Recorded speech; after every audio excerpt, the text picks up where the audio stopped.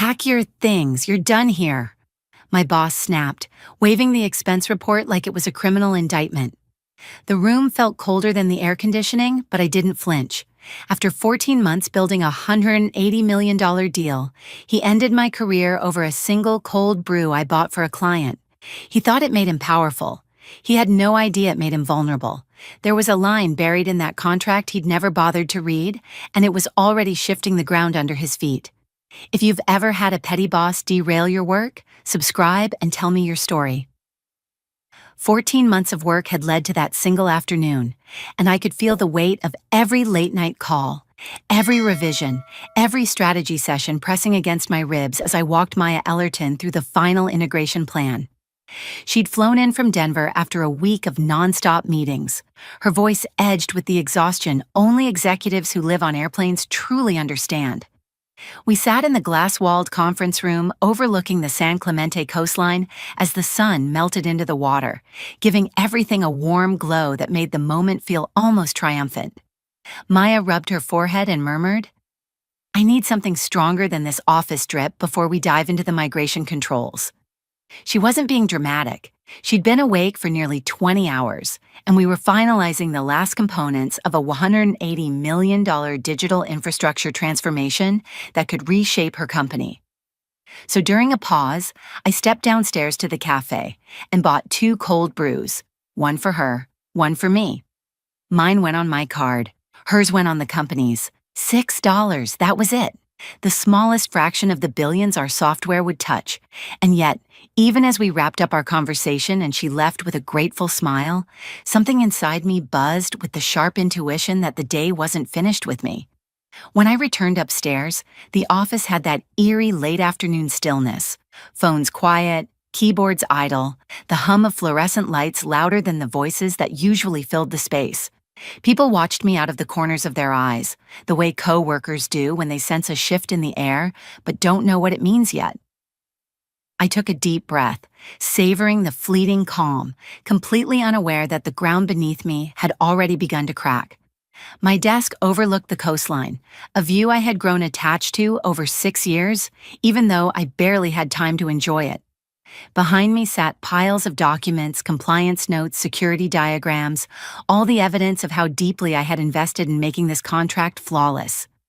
I thought about the first meeting I ever had with Maya, how guarded she'd been, how skeptical. Their previous vendor had botched 2 rollouts and left her team scrambling. It took months for her to trust that I listened, that I understood the stakes, that I wasn't just pitching software. I was building a bridge that would hold the weight of her entire operation.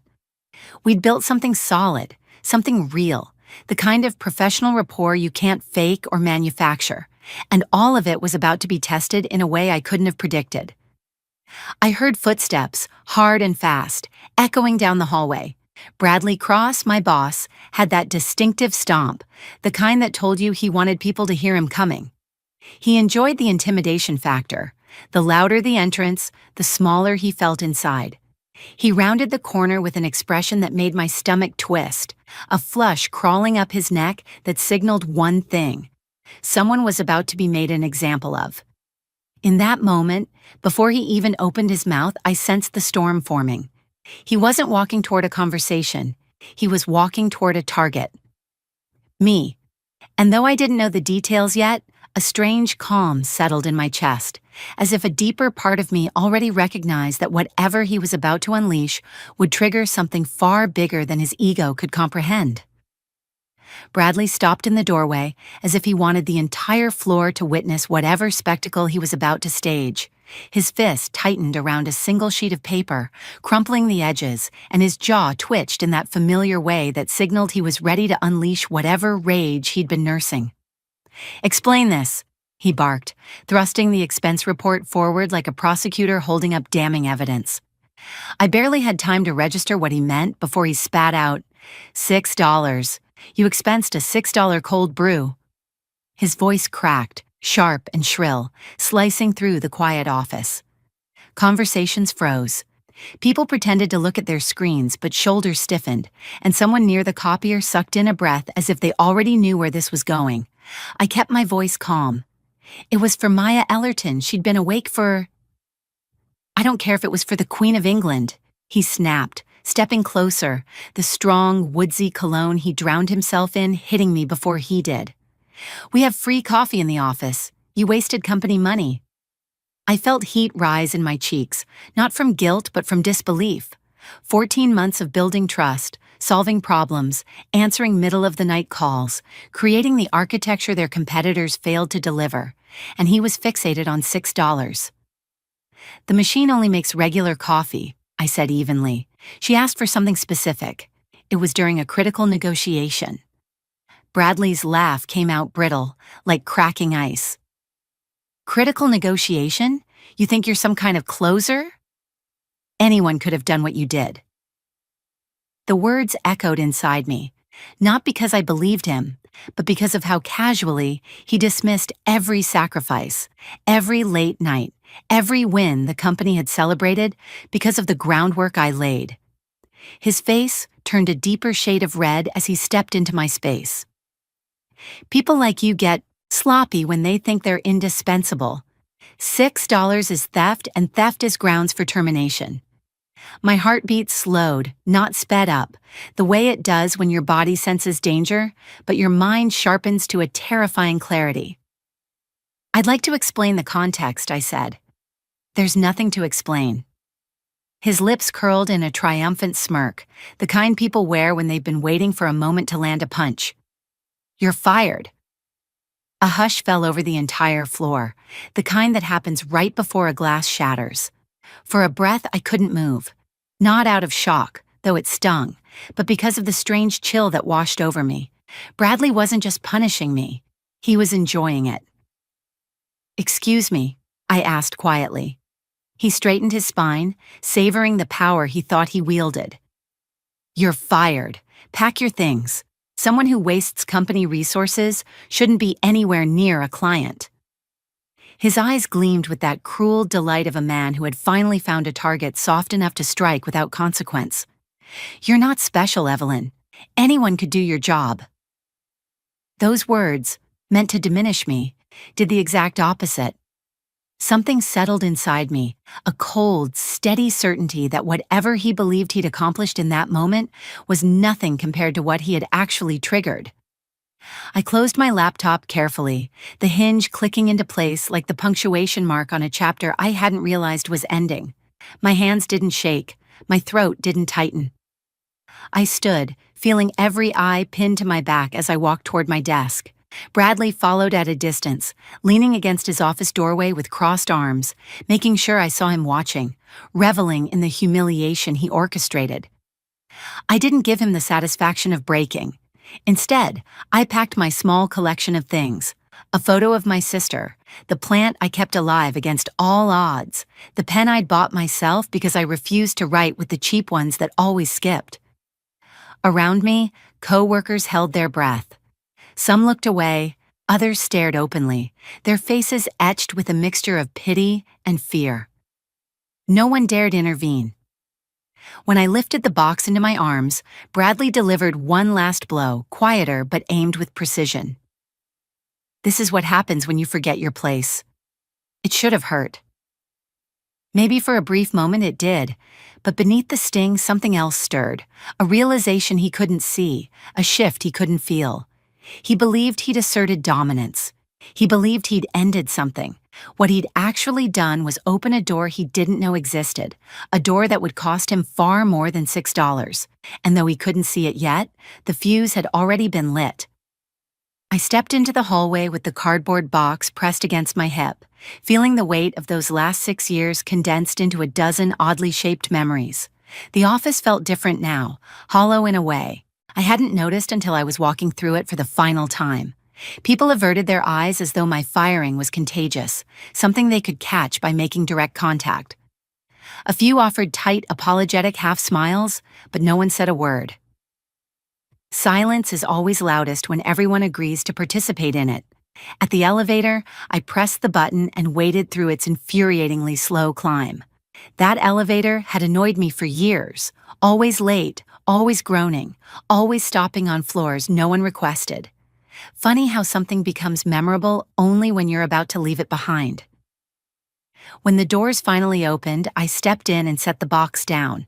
For the first time since Bradley's little performance, the world around me felt still.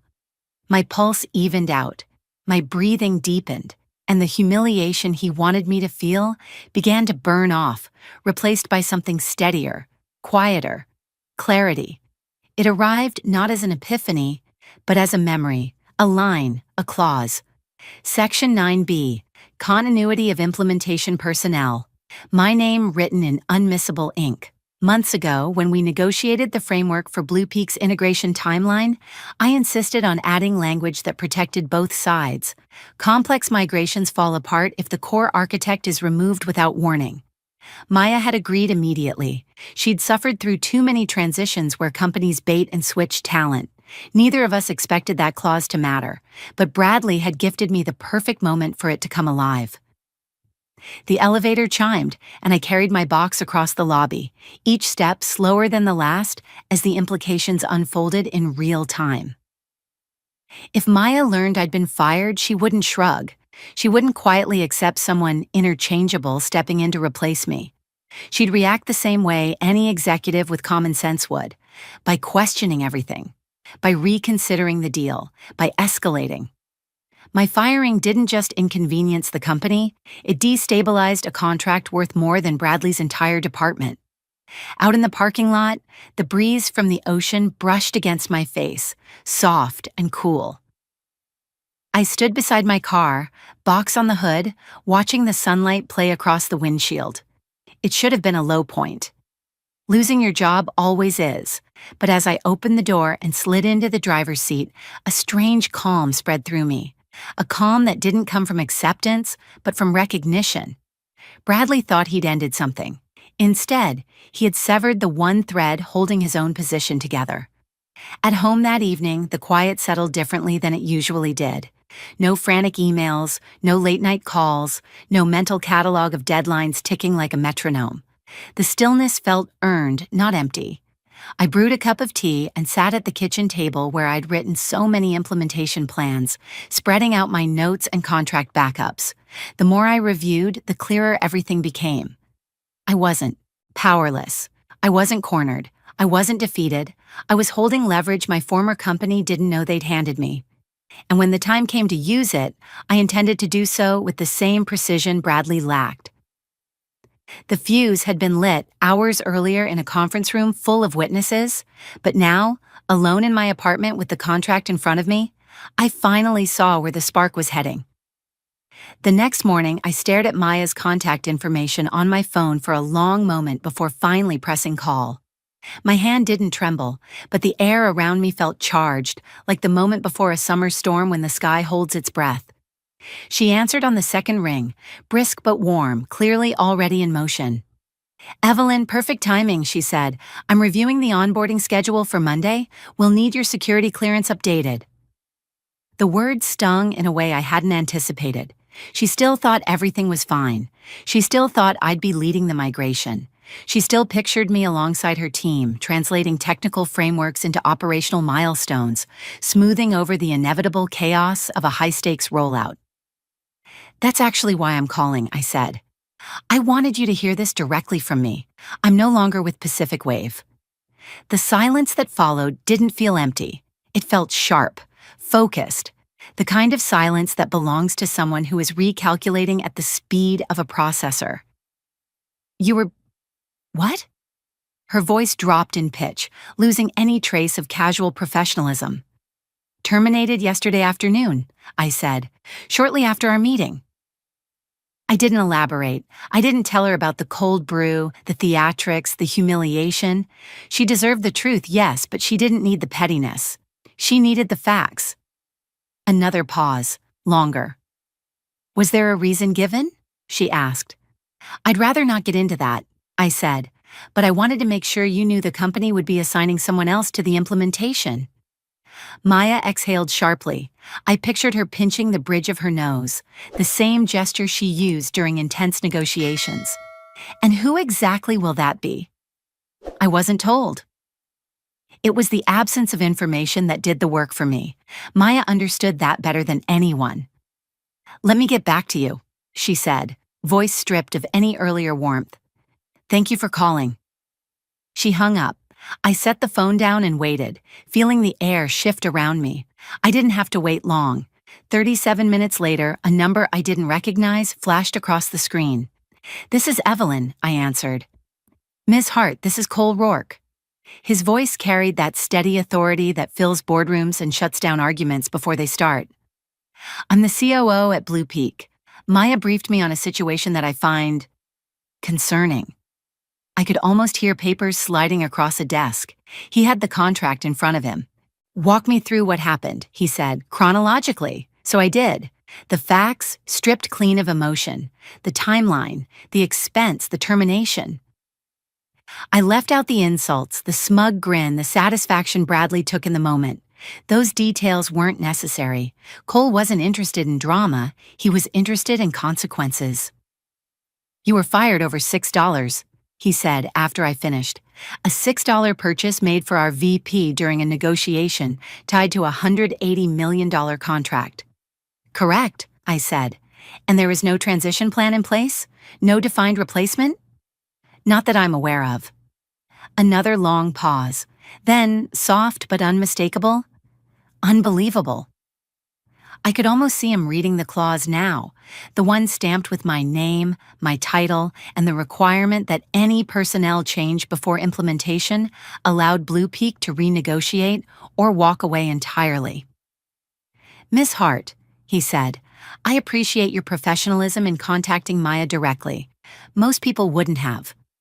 It felt important. It was more than important. It was necessary. His tone shifted, tightening in a way that felt like a prelude to action. "Let me be very clear. We chose Pacific Wave because of you, not because of their systems. If you're not part of this deal, we will be re-evaluating the entire agreement." My pulse quickened, not from fear, but from the unmistakable sensation of power shifting. "Understood," I said. "Expect a call from them shortly," he added, and the line went dead. The storm had officially reached their side of the coastline. Cole's warning echoed in my mind long after the call ended, but I didn't need to dwell on it. The fallout arrived exactly the way he predicted. At 11:02 a.m., Bradley's number lit up my phone. I let it ring. He called again at 11:18, again at 11:34, again at 11:47.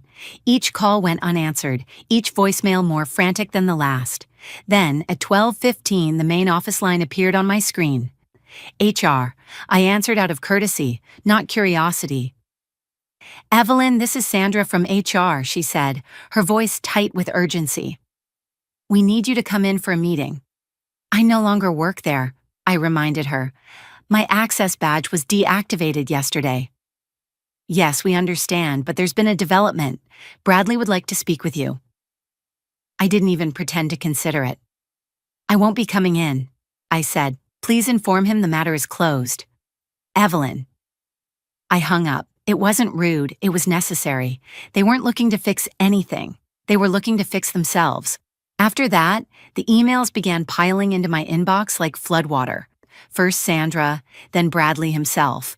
Then, shockingly, Shelton Drake, the CEO who rarely acknowledged anyone outside the upper tier of leadership. His subject line was "Request for Conversation." None of them mentioned the contract. None of them mentioned Blue Peak, but they didn't have to. Panic leaves fingerprints. I sat on my couch, laptop open, watching the messages accumulate while sunlight stretched across the floor. It felt surreal, receiving this flurry of desperate outreach from the same company that had tossed me aside less than 24 hours earlier without hesitation or thought. Then, at 2:47 p.m., my phone rang again. "Maya." "Quick update," she said, "all business. We've notified Pacific Wave that we're invoking the continuity clause. The contract is void unless they provide equivalent expertise, which they cannot. Cole has already escalated to our board." I swallowed. "What does that mean for you moving forward?" "It means," she said, her voice softening slightly, "we're considering alternatives, including bringing you on directly." That landed differently than I expected. Not as flattery, not as vengeance, as opportunity. Cole wants to explore building a technical engagement division internally, she continued. He thinks you'd be ideal to lead it, but we need to settle this situation with Pacific Wave first. She hung up before I could respond, leaving me staring at the quiet apartment around me. I'd walked out of that building with a cardboard box. Now a Fortune 500 COO was discussing creating a department around my expertise. The irony wasn't lost on me. At 4:16 p.m., my phone rang again, Bradley's personal cell. I didn't even know he had my number. Against my better judgment, I answered. "Evelyn," he said, breathless. "Thank God. Listen, there's been a misunderstanding." His tone had changed completely.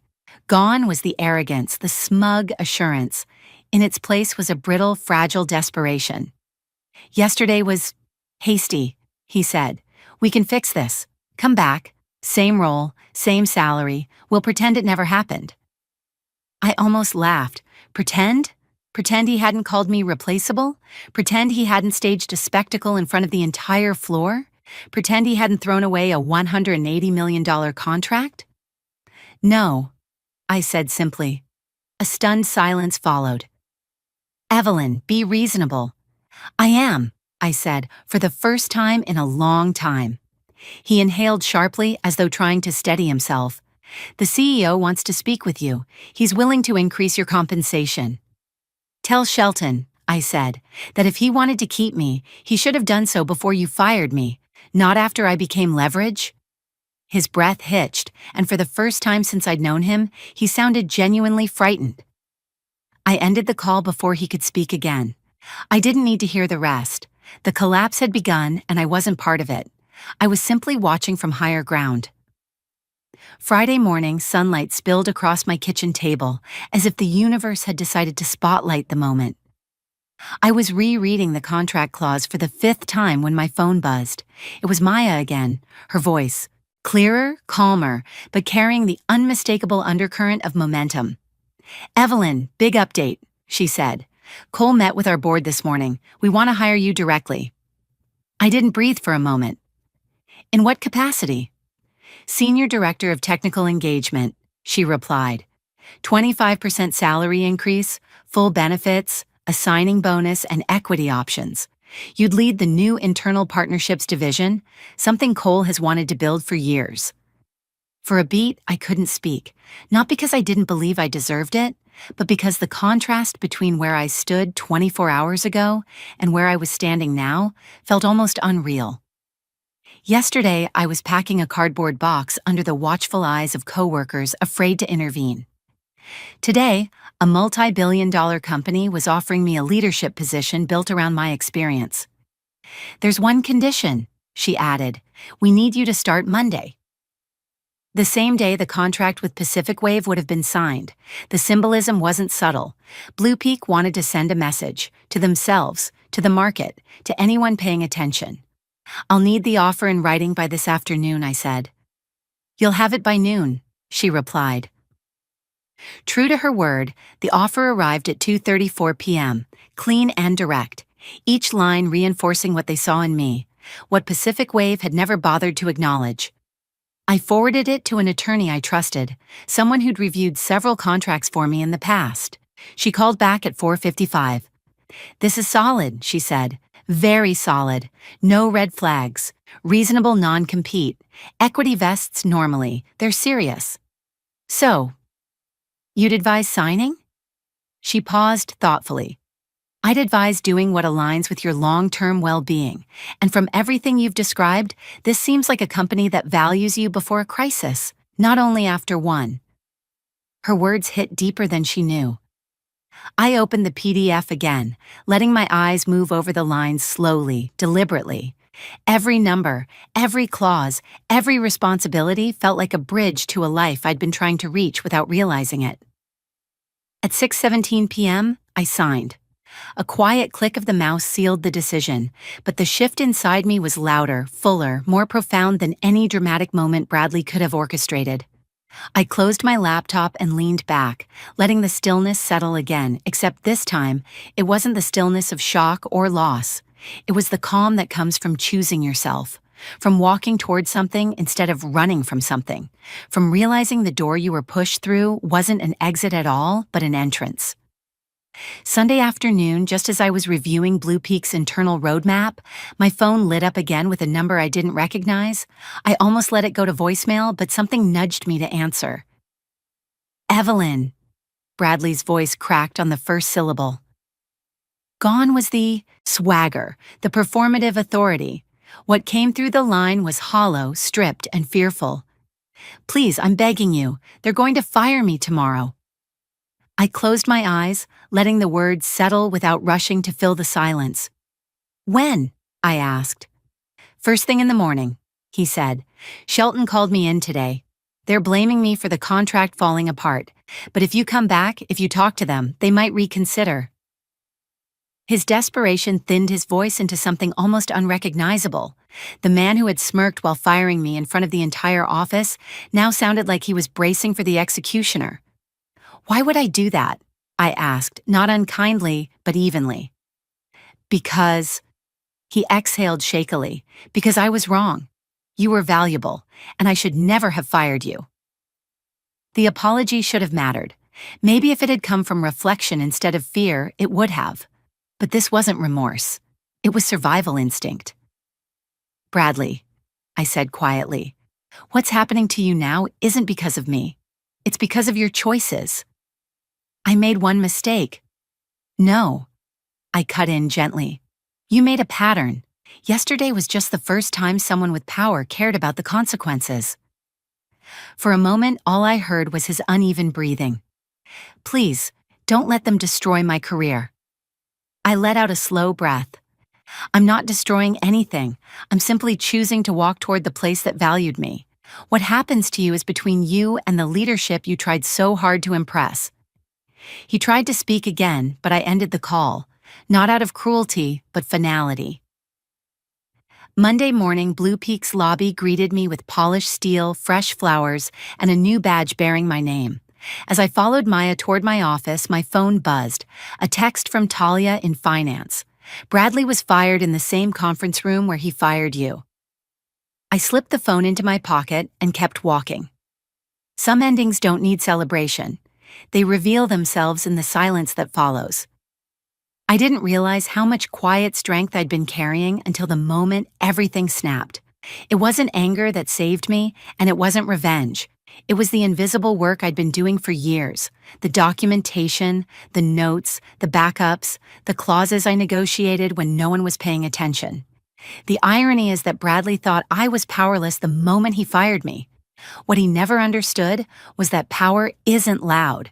It isn't the person slamming doors or barking orders. Sometimes power is a sentence buried in a contract. Sometimes it's the discipline of saving every email. Sometimes it's patience, waiting for the truth to surface without forcing it. When I look back, I realize my strength didn't show up in the conference room where he humiliated me. It showed up later in the calm way I walked out, in the steady voice I used when I told Maya the truth, in the way I refused to return simply because they finally saw the cost of their mistake. Hidden strength doesn't announce itself. It accumulates quietly like water behind a dam until the moment it changes the landscape. If there's anything this experience taught me, it's that preparation and self-respect often matter more than bravado. And sometimes the most powerful move you can make is choosing not to go back to the place that broke you. How to get started today. Save your work, your notes, your contributions. Document everything. Read every contract with a highlighter and ask questions others overlook. Stay calm when someone tries to rattle you. Stillness unsettles arrogance. Build relationships based on honesty, not fear. Walk away from people who only value you when they're desperate. What hidden strength did you discover the last time someone underestimated you?